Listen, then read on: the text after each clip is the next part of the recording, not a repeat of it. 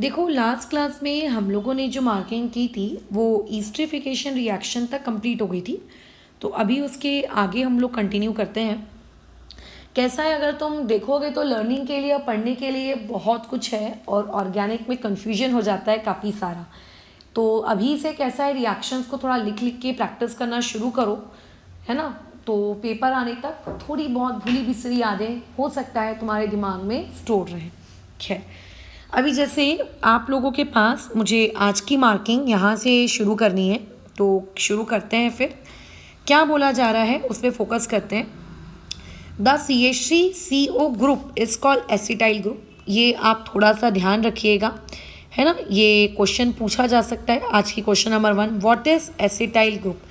वैसे तो इस टाइप के क्वेश्चन पूछने के चांसेस कम होते हैं, बट कैसा रहता है, जो MHT CT का एग्ज़ाम होता है उसमें ऐसे ही क्वेश्चन पूछे जाते हैं। बीच बीच की लाइन से उठा उठा कर एक एक चीज़ को बना देंगे क्वेश्चन में, और फिर आप क्या करो, पढ़ते बैठो। आपको लगता है कि अरे बहुत सारी चीज़ें आउट ऑफ द सिलेबस आ गई हैं, बट बेसिकली कुछ भी आउट ऑफ द सिलेबस नहीं होता है, सब कुछ विद इन द सिलेबस होता है।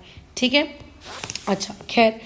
और उसके बाद यहाँ पर एक और क्वेश्चन पूछा जाएगा, व्हाट इज़ एस्पिरिन। अरे बाप रे, ये तो बहुत ही ज़्यादा इंपॉर्टेंट है, बहुत मतलब बहुत बहुत बहुत बहुत बहुत ज़्यादा इंपॉर्टेंट।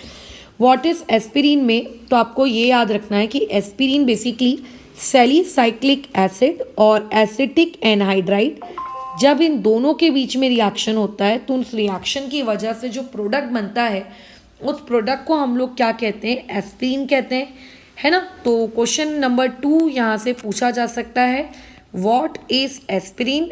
ठीक है, 1 मार्क्स के लिए तो यही आ जाएगा। And how it is synthesized, यानी कि उसको कैसे बनाया जाता है। तो आपको ऑब्वियस है कि जो मैंने मार्क करके दिया है उतना तो लिखना ही है कि एस्पिरिन एक जेनेरिक मेडिसिन है। थोड़ा गूगल सर्च करना कि जेनेरिक मेडिसिन क्या होती हैं, ठीक है, अगर तुम इंटरेस्टेड हो तो। और हाउ इट इज सिंथेसाइज में आपको ये नीचे की रिएक्शंस लिखनी है, बराबर।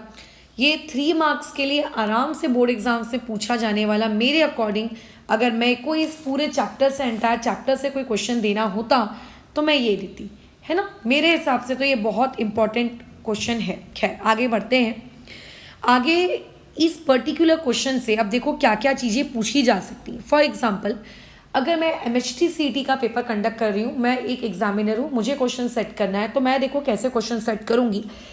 What is the IUPAC name of salicylic acid. मतलब जिस इंसान ने बोर्ड्स लेवल पर इस पर्टिकुलर क्वेश्चन को रटा है उसको तो ये पता ही होगा कि सैलिसाइक्लिक एसिड ऐसा दिखता है, ये इसका स्ट्रक्चर होता है। तो मैं उसको क्या करूँगी, सैलिसाइक्लिक एसिड का स्ट्रक्चर भी पूछा जा सकता है, बट सैलिसाइक्लिक एसिड का स्ट्रक्चर ना पूछते हुए मैं उससे ये पूछ लूँगी कि भाई बता सैलिसाइक्लिक एसिड का जो है क्या कहते हैं, IUPAC नेम क्या है। तो जिस बंदे को IUPAC नेम 11th में उसने सीखा है उसको ये पता होगा कि अच्छा COOH में और OH में, COOH एक फंक्शनल ग्रुप के जैसे बिहेव करता है और जो OH होता है वो एक लोकेंट के जैसे बिहेव करता है। तो अगर मैं इसको 1 नंबर दूँ और अगर मैं इसको 2 नंबर दूँ, तो जब OH एक लोकेंट के जैसे बिहेव करता है तो उसको नाम देते हैं 2 हाइड्रो ऑक्सी, और बेंजीन रिंग विद COOH को कहा जाता है बेंजोइक एसिड। ठीक है, इसे क्या कहा जाता है, बेंजोइक एसिड। तो ये हो गया कि सैलिसाइक्लिक एसिड का स्ट्रक्चर, उसका IUPAC नेम और बाजू में उसका जनरल नेम। वैसे ही देखो एस्पिरिन के साथ भी किया गया है। ये रहा एस्पिरिन का स्ट्रक्चर, एस्पिरिन का जनरल नेम, और ये देखो उसका कौन सा वाला नेम, ये उसका IUPAC नेम, है ना। तो ऐसे केस में आपको अपनी नोट्स कॉपी में नोट्स नंबर 1 ये बनाना है, सैलिसाइक्लिक एसिड का स्ट्रक्चर लिखेंगे, उसके बाजू में उसका नाम लिखेंगे और IUPAC नेम लिखेंगे। नोट्स नंबर 2 में आपको एस्पिरिन का स्ट्रक्चर बनाना है, आप एस्पिरिन का नाम लिखेंगे और बाजू में उसका जो एसिटाइल सैलिसाइक्लिक एसिड, आप इसका नाम लिखेंगे। ठीक है, ध्यान रखना।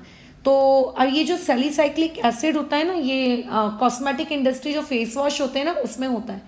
ठीक है, ठीक है, ये जो है आपका एस्पिरिक एसिड, ये सॉरी सैलिसाइक्लिक एसिड, ये फेस वॉश में यूज़ किया जाता है। खैर अभी आगे बढ़ते हैं। अब ये जो एस्पिरिन है, इस एस्पिरिन का तो खैर बहुत सारे यूजेस है, इस पे तो बातचीत करना ही मतलब अलग है। बाद में ये जो एसिटाइल आपको सैलिसाइक्लिक एसिड, ये जो नाम दिया ये आईयूपीएसी नेम नहीं है, ये डिराइव्ड नेम है। डिराइव्ड नेम का मतलब जिस चीज़ से इसको बनाया गया है उस चीज़ के लिए उसका भाव, उसको क्या कहते हैं, रिस्पेक्ट देने के लिए उसका नाम है।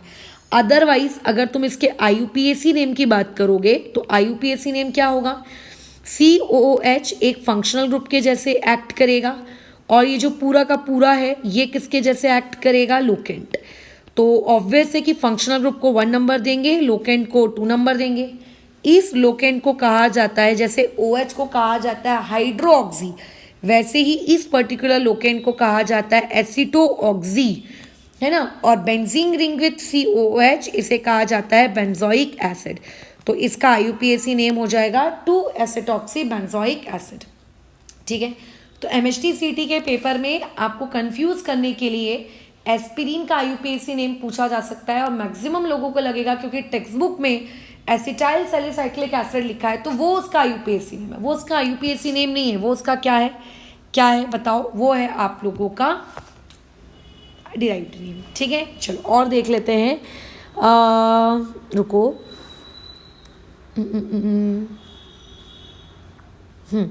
अब देखो इसको ना अपने नोट्स नंबर 3 में इंक्लूड करना, ये मैं लर्निंग के लिए नहीं दे रही हूँ। किसी भी कंपाउंड में कितने अल्कोहलिक OH हैं या किसी भी कंपाउंड में कितने फिनोलिक OH हैं, अगर आपको ये पता लगाना है तो इसको पता लगाने के लिए आप देख लीजिए वहाँ पे कितने एसिटाइल ग्रुप है। एसिटाइल ग्रुप का मतलब ये होता है, ये होता है एसिटाइल ग्रुप, क्योंकि जितने भी एसिटाइल ग्रुप होंगे, मतलब जितने भी OH रहे होंगे, अगर आप रिएक्शन करवाते हैं एसिटलाइजेशन, है ना, एसिटलाइजेशन का मतलब होता है ये एनहाइड्राइड और H+ के साथ रिएक्शन, तो जितने भी OH होंगे वो सारे के सारे एसिटाइल में कन्वर्ट हो गए होंगे। यानी कि अगर मान लेते पहले एक भी एसिटाइल नहीं था और अभी 3 एसिटाइल आपको दिख रहे हैं प्रोडक्ट में, तो इसका मतलब ज़रूर रिएक्टेंट में 3 OH जैसी कोई चीज़ें आपको दिख रही होंगी। तो इसको अपने नोट्स नंबर 3 में इंक्लूड करना। MCQ के लिए क्वेश्चन पूछा जा सकता है, how you can determine the number of OH और नंबर ऑफ pH ग्रुप्स या OH ग्रुप्स इन फिनॉल और इन अल्काइल। तो याद रखना विद द हेल्प ऑफ एसिटलाइजेशन। ठीक है, बराबर क्लियर है ये वाली चीज़। तो और उसके अलावा आगे बात करते हैं, चलिए नीचे है reaction due to breaking of CO bonds in alcohol, मतलब जब अल्कोहल में हम R और ऑक्सीजन का बॉन्ड तोड़ देते हैं तो उसकी वजह से कौन कौन सी रिएक्शंस होती हैं, है ना। तो खैर इसमें तो आपको पहली चीज़ सबसे इम्पॉर्टेंट यहीं से आ गई, ये तो सीधा सीधा आपको MCQ में पूछा जा सकता है। इस पे तो हम लोग काफ़ी बार बातचीत कर चुके हैं। जब हमने P ब्लॉक वाला चैप्टर पढ़ा था ना, तब भी हमने इस बारे में बात की थी, और अभी फिर से हम लोग यहाँ पे बातचीत कर रहे हैं कि अगर एसिड्स के लिए बातचीत की जाए, ठीक है, अगर एसिड्स के रिस्पेक्ट में बातचीत की जाए तो सबसे ज़्यादा, ठीक है, बराबर आपके जो एसिड्स के रिस्पेक्ट में सबसे ज़्यादा स्ट्रॉन्ग रिएक्टिविटी या सबसे स्ट्रॉन्ग एसिड कौन सा होता है, HI, उसके बाद HBr और HCl। तो ये आपके नोट्स नंबर 5 में आएगा। सीधा सीधा 1 मार्क के लिए MCQ आराम से पूछा जा सकता है, बोर्ड्स में भी और MHTCT में भी, और इसकी बहुत ज़्यादा इंपॉर्टेंस है क्योंकि पिछले चैप्टर में भी था। 11-10 11-10 ठीक है, ये पिछले चैप्टर में भी था, P ब्लॉक में भी था और इसमें भी है, तो समझ जाओ ये कितना इंपॉर्टेंट है। और इवन जब आपने पिछला चैप्टर पढ़े थे ना अल्काइल हैलाइड्स, तो उसमें एक टेस्ट था ल्यूकास रिएजेंट टेस्ट, जिसमें हम ये पता लगाते थे कि हमारा अल्कोहल 1 डिग्री है, 2 डिग्री है कि 3 डिग्री है, राइट। तो अभी फ़िलहाल यहाँ पर ऐसी कुछ चीज़ें आपको दी हुई हैं, देखो क्या लिखा है यहाँ पे, थोड़ा पढ़ो। टर्शरी अल्कोहल बहुत ही रैपिडली रिएक्ट कर लेते हैं इन हैलाइड्स के साथ। सेकेंडरी अल्कोहल को 10 से 15 मिनट का वक्त लगता है, और प्राइमरी अल्कोहल को तो कई बार वो रिएक्ट करते ही नहीं है, या कई बार कई घंटे भी लग जाते हैं। तो अगर इन एसिड्स को डालने पे रिएक्शन तुरंत हो रही है तो आप समझ जाइए 3 डिग्री अल्कोहल है। अगर टाइम ले रही है तो समझ जाइए कि वो आपका 2 डिग्री है, और बहुत टाइम ले रही है तो समझ जाइए कि 1 डिग्री है। ये आप पिछले चैप्टर में भी पढ़ चुके हैं ल्यूकास रिएजेंट के नाम पर, तो ये वही सेम पैराग्राफ है, ठीक है, ये वही सेम पैराग्राफ है, बराबर। अच्छा, और आपने जो पिछले चैप्टर में पढ़ा था कि ल्यूकास रिएजेंट क्या होता है, तो HCl प्लस ZnCl2 इसके कॉम्बिनेशन को हम लोग कहते हैं ल्यूकास रिएजेंट। लेकिन अगर आप क्या कर रहे हो, कैटलिस्ट को यूज़ करना चाह रहे हो HBr और HI में, तो नहीं, HBr और HI खुद इतने ज़्यादा रिएक्टिव होते हैं कि उनको किसी भी प्रकार के कोई भी कैटलिस्ट की ज़रूरत नहीं होती है। ये हो गया आपका नोट्स नंबर 6। चलिए आगे बढ़ते हैं। आगे आगे आगे क्या है, रिएक्शन विथ फॉस्फोरस हैलाइड। ये भी आपने प्रीवियस यानी कि पिछले चैप्टर में पढ़ लिया है, तो इसमें तो मैं मार्किंग नहीं करवा रही हूँ, क्योंकि पिछले चैप्टर में अगर मार्किंग हो गई है तो इसमें मार्किंग करवा के कोई मतलब नहीं है। हाँ ठीक है, तो मैंने अभी प्रीवियस चैप्टर की मार्किंग करवाई नहीं है, तो जब मैं उसमें करवाऊंगी तो उसमें कर दूँगी। देखो यहाँ पे कुछ मार्किंग के लिए है ही नहीं, ये पिछले चैप्टर का है, तो समझ रहे हो तुम। ऑर्गेनिक में ऐसे ही होता है, आप जैसे जैसे आगे बढ़ते जाते हो ना, मैक्सिमम चीज़ें आपको पीछे वाली मिलती जाती है। अच्छा, उसके अलावा dehydration of alcohols to alkenes, मतलब अल्कोहल्स को अल्कीन में कैसे कन्वर्ट करें, ये वाली चीज़। तो ये वाली चीज़ आपके पिछले चैप्टर में आई थिंक, मुझे याद नहीं आ रहा है कि नहीं है, बट ये 11th का पार्ट है। खैर, मैं इसको ग्रुप में इसकी लिंक तुम्हें या इसी वीडियो में इसकी लिंक शेयर कर दूंगी, ये वाली चीज़ तुमको उसमें ताकि मिल जाए, ठीक है, डन। अच्छा, अब ध्यान रखना थोड़ा सा यहाँ पर, अगर आपको अल्कोहल टू अल्कीन जाना है, मतलब आप एक अल्कोहल का डिहाइड्रेशन कराना चाहते हो, तो ऑब्वियस है कि आपको कुछ केमिकल्स यूज़ करने पड़ेंगे जो अल्कोहल को अल्कीन में कन्वर्ट कर सकें। तो कौन से होते हैं वो केमिकल? एक होता है कंसनट्रेटेड सल्फ्यूरिक एसिड, एक होता है फॉस्फोरिक एसिड, एक होता है एल्यूमिना। तो आप इन्हें कहा जाता है केमिस्ट्री की लैंग्वेज में डिहाइड्रेटिंग एजेंट्स। इन्हें क्या कहा जाता है? Dehydrating agents. तो इसको नोट्स नंबर आप अपने 5 में इंक्लूड कर लें कि in order to convert alcohol to alkene we can use concentrated sulphuric acid, alumina और फॉस्फोरिक एसिड, ठीक है। और उसके अलावा इसमें एक और चीज़ इसी नोट्स नंबर 5 में आप इंक्लूड करिएगा कि इट फॉलोज सेटजेफ रूल, ठीक है, इट फॉलोज सेटजेफ रूल। अब सेटजेफ रूल क्या होता है ये भी मैं बोल रही हूँ, इसी वीडियो की मैं लिंक में शेयर करूँगी ताकि तुम उसको सीख सकते हो पूरा आराम से। बहुत इंपॉर्टेंट टॉपिक है, इससे रिलेटेड क्वेश्चन बोर्ड एग्जाम से भर भर के पूछे जाते हैं। कैसे पूछे जाते हैं तो देखिए, ये जो क्वेश्चन आपके सामने पड़ा हुआ है यही क्वेश्चन बोर्ड एग्जाम से पूछा जाएगा। आपको एक ऐसा नाम दे देगा ब्यूटेनटुऑल जैसा और बोलेगा कि कंसनट्रेटेड सल्फ्यूरिक एसिड डालने पे बताइए क्या प्रोडक्ट बना। तो आपको इसको रट्टा मारने की ज़रूरत नहीं है। जब आप इस वीडियो के लिंक मैं जो शेयर करूँगी ना, जब आप उसको देखोगे ना, ये क्वेश्चन आपको एकदम बच्चों के जैसा लगेगा और आप बोलोगे अरे वाह ये तो बहुत आसानी से हो गया करके, है ना। तो आपको रट्टा मारने की नीड ही नहीं पड़ेगी। तो खैर अभी फ़िलहाल के लिए तुम ये अपना आंसर इस क्वेश्चन के लिए लिखोगे और बाद में जब वीडियो को देखने के बाद इस क्वेश्चन को फिर से अटेम्प्ट करोगे ना, तब तुम्हें पता चलेगा अरे वाह तो कितना आसान था। डू यू नो वाली चीज़ को हम लोग नहीं लेते हैं पेपर के लिए, तो बस इसीलिए। उसके अलावा इस टाइप के क्वेश्चंस भी बोर्ड एग्जाम्स में बहुत भर के पूछे जाते हैं कि आपके पास एक अल्कोहल दिया है प्रोपेन 1ऑल, मतलब 3 कार्बन की चेन है और 1ऑल मतलब पहली पोजीशन पे OH लगा है। आपको इसे कन्वर्ट करना है प्रोपेन 2ऑल में, मतलब 3 कार्बन की चेन है और अभी आपको OH लगाना है सेकंड नंबर पे। तो इसको हम कैसे करेंगे? तो इसको जब आपको फंक्शनल ग्रुप की लोकेशन चेंज करनी हो, जब आपको फंक्शनल ग्रुप की लोकेशन चेंज करनी हो कहाँ पर, अल्कोहल में, तो आपको क्या करना पड़ता है? पहले आपको जो अल्कोहल दिया है पहले आप उसको डिहाइड्रेटिंग एजेंट का इस्तेमाल करिए। आप एल्यूमिना यूज़ कर सकते हैं, आप कंसनट्रेटेड H2SO4 यूज़ कर सकते हैं, आप फॉस्फोरिक एसिड यूज़ कर सकते हैं, जो आपको करना है आप वो यूज़ करिए। उसको यूज़ करके पहले आप उसको अल्कीन में कन्वर्ट कर लीजिए जैसा कि ऊपर में बताया गया है। फिर उस अल्कीन में वापस से उसका मतलब हाइड्रोलिसिस कर दीजिए। तो जब आप वापस से हाइड्रोलिसिस करेंगे तो जो OH है वो अंदर की तरफ आ जाएगा, ठीक है। खैर मैं इन सारे क्वेश्चंस को समझा कर दूंगी, ऐसा नहीं है कि तुमको ऐसी ओरली बता दिया, इनको प्रॉपरली समझा के दूंगी। इनसे रिलेटेड हम बहुत सारे प्रैक्टिस प्रॉब्लम्स करेंगे, बट फिलहाल के लिए एक नोट्स मार्किंग मुझे ऊपर से करानी है, इसीलिए मैं इनको इंक्लूड कर रही हूँ।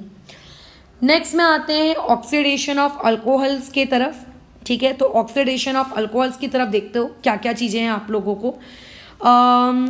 देखो सबसे पहले आप लोगों को कुछ चीज़ें याद रखनी होंगी, जैसे कि अगर आप लोगों के पास मान लेते हैं आप लोगों के पास मान के चलो ये वाला क्रोमिक एनहाइड्राइड मतलब CrO3 है, तो आपको ये पॉइंट्स बनाने पड़ेंगे। जैसे क्वेश्चन में आएगा, क्वेश्चन नंबर कौन सा चल रहा है हमारा 5, पूछा जाएगा कि एक्सप्लेन, ठीक है, क्या एक्सप्लेन करना है आपको, ऑक्सीडेशन ऑफ अल्कोहल। तो पहला आंसर लिखते वक्त पहला हेडिंग डालना क्रोमिक एनहाइड्राइड ब्रैकेट में CrO3। उसके बाद उसके सब पॉइंट्स लिखना, उसमें लिखना 1 डिग्री अल्कोहल, फिर ऐसा एरो देके उसके ऊपर लिख देना CrO3 और यहाँ पे लिख देना अल्डिहाइड, फिर लिखना 2 डिग्री अल्कोहल, फिर लिख देना CrO3 कीटोन, खत्म। तुम चाहो तो एग्जाम्पल दे सकते हो, 1 डिग्री अल्कोहल का कोई भी एक एग्जाम्पल दे देना और उससे एक अल्डिहाइड बना लेना, ठीक है। अदरवाइज तुम अगर उतना ही छोड़ना चाहते हो तो भी चलेगा। अच्छा कोई नीड नहीं है, ठीक है। अच्छा उसके बाद पॉइंट नंबर 2, सिर्फ एक ही ऑक्सीडाइजिंग एजेंट होता है क्या हमारी लाइफ में? नहीं, और भी ऑक्सीडाइजिंग एजेंट होते हैं, जैसे कि PCC, ये भी एक ऑक्सीडाइजिंग एजेंट है। आपको इस PCC का फुल फॉर्म याद होना चाहिए, इसलिए इसको अपने नोट्स नंबर 6 में डाल देना। कई बार पूछा जाता है कि PCC एक ऑक्सीडाइजिंग एजेंट है कि रिड्यूसिंग, तो थोड़ा ध्यान रखना वो ऑक्सीडाइजिंग है ना। ब्रैकेट में लिख देना ऑक्सीडाइजिंग एजेंट। PCC क्या करता है बताओ, ठीक है। अच्छा ठीक है, अच्छा देखो PCC क्या करता है। PCC अभी आपके वही हेडिंग डाल देना PCC, वही 1 डिग्री का अल्कोहल अल्डिहाइड में और 2 डिग्री वाला आपका कीटोन में, सेम टू सेम। अच्छा उसके अलावा और भी आपको अलग अलग, ठीक है, दिए हुए हैं ऑक्सीडाइजिंग एजेंट। जैसे तीसरे नंबर पे आपको दिया है potassium permanganate, potassium dichromate, nitric acid, ये तीनों के तीनों लोग बहुत ही स्ट्रॉन्ग ऑक्सीडाइजिंग एजेंट होते हैं। मतलब अगर आप इनसे उम्मीद करोगे कि 1 डिग्री अल्कोहल हमने आपको दिया है और आप इन तीनों में से किसी को भी यूज़ करोगे, तो ऐसे में आप अल्डिहाइड पे आके ये रिएक्शन को रोक देंगे, ऐसा नहीं होता। ये इसको कन्वर्ट कर देते हैं कार्बो ऑक्सैलिक एसिड में। बाकी PCC और CrO3 नहीं कर पाते, ये कर सकते हैं, ये लोग कर सकते हैं, एकदम कर सकते हैं, ठीक है, एकदम कर सकते हैं। और इसमें एग्जाम्पल के नाम पर आपको इसमें लिखना है, इसको लिखना है, ठीक है। अच्छा उसके बाद 2 डिग्री अल्कोहल का क्या होता है, 2 डिग्री अल्कोहल के बारे में आपका क्या कहना है? तो ठीक है उसके बारे में भी देख लेते हैं, 2 डिग्री अल्कोहल के बारे में क्या है, मैंने लिखवाया है कॉपी में, आई थिंक ये सब है ना। 2 डिग्री अल्कोहल सिर्फ कीटोन तक रुक जाता है, ये लिख देना। और जो टर्शियरी अल्कोहल है आर डिफिकल्ट टू ऑक्सीडाइज, ठीक है। टर्शियरी के बारे में क्या लिख देना कि आर डिफिकल्ट टू ऑक्सीडाइज, बस। तो अगर आपको ऑक्सीडेशन ऑफ अल्कोहल के बारे में आता है तो आपको 4 पार्ट्स में आंसर देना है। पहले पार्ट में आंसर देना है CrO3, दूसरे में PCC, तीसरे में ये नाइट्रिक एसिड KMNO4 और K2CR2O7 वाला, और चौथे पार्ट में आपका इसका आंसर देना है ये हीटिंग विद कॉपर वाले के पार्ट में। ध्यान रखना ये हीटिंग विद कॉपर इसी साल आपके मेंस में आया है, पता है, इसी साल 2021 में मेंस में ये क्वेश्चन आया था। खैर तो कैसा है हीटिंग विद कॉपर में, यही ये पूरा का पूरा आपको लिख देना है, ये पूरा का पूरा हीटिंग विद कॉपर में आपको एज इट इज लिख देना है। 1 डिग्री अल्कोहल अल्डिहाइड में कन्वर्ट होगा, 2 डिग्री कीटोन में कन्वर्ट होगा। देखो कॉपर ही इकलौता ऐसा अभी आपका ऑक्सीडाइजिंग एजेंट है जो 3 डिग्री अल्कोहल को कन्वर्ट कर पा रहा है, लेकिन किस में कन्वर्ट कर रहा है, अल्कीन में कर रहा है, डिहाइड्रेशन करता है, ठीक है। याद रखना यहाँ पर क्या हो रहा है, यहाँ पे ऑक्सीडेशन हो रहा है इन दोनों में, बट यहाँ पे ऑक्सीडेशन नहीं हो रहा है, यहाँ पे क्या हो रहा है, डिहाइड्रेशन होता है, मतलब उसके अंदर से पानी को रिमूव कर रहा है। तो 3 डिग्री अल्कोहल को कॉपर ऑक्सीडाइज नहीं कर पाता है, वो उसको क्या कर पाता है, डिहाइड्रेट कर पाता है। क्या कर पाता है, डिहाइड्रेट। तो इस तरीके से ऑक्सीडेशन ऑफ अल्कोहल के ऊपर ही एक अच्छा खासा शॉर्ट नोट बन सकता है। बीच में से 1 मार्क 2 मार्क के लिए कैसे भी क्वेश्चन प्रिपेयर किए जा सकते हैं कि what will happen if copper is heated with 1 degree alcohol, what will happen is copper is heated with 2 degree alcohol, वगैरह वगैरह वगैरह, कैसे भी प्रकार के क्वेश्चन पूछे जा सकते हैं। तो यानी कि अगर आपने इतना बड़ा आंसर याद किया है तो आपसे एक्सपेक्ट किया जाएगा कि आपको वो पूरा बीच का पार्ट याद होना चाहिए। ये इसको अपना क्वेश्चन नंबर 6 बना लेना। नेक्स्ट पेज में आते हैं, रिएक्शन ऑफ फिनॉल्स, यहाँ से खैर शुरू हो रहा है, तो एक हेडिंग दे दो फिनॉल्स की रिएक्शन, और उसके बाद इसकी मार्किंग हम लोग कल से करेंगे। फिनॉल्स की एक अलग से मार्किंग कर लेते हैं, ठीक है। इसमें अभी खिचड़ खिचड़ करने की नीड नहीं है, क्योंकि जितनी मार्किंग किए वो अल्कोहल्स की किए, फिनॉल्स की मार्किंग अलग से कर लेंगे। एक बार पीछे एक्सरसाइज में देख लेते हैं कि क्या हमको कुछ दिख रहा है। खैर, तो देखो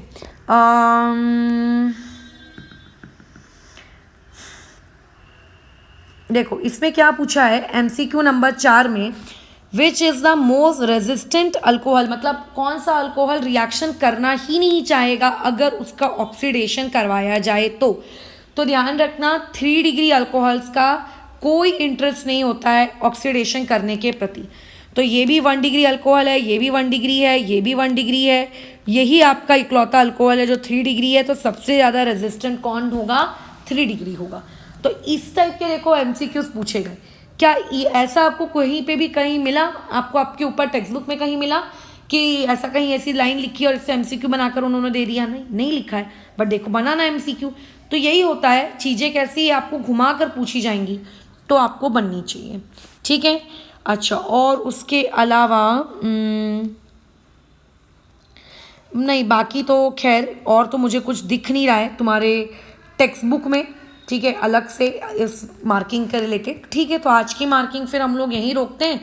कल की मार्किंग जो हम लोगों की रहेगी वो फिनॉल्स वाले पार्ट की रहेगी, जिसमें मैं बता दूं अभी से ये जो रेमर टेमर रिएक्शन, इनको तो आप वी IMP बना के अपना देवता बना के इनको लर्न करने लगो। कोल बेस रिएक्शन, ठीक है, जैसे इससे पहले मैंने बताया था ना डाउस प्रोसेस, मतलब इस पूरे चैप्टर में आई थिंक 5 से 6 नेम रिएक्शंस है, 5 to 6 नेम रिएक्शंस है इस पूरे चैप्टर में।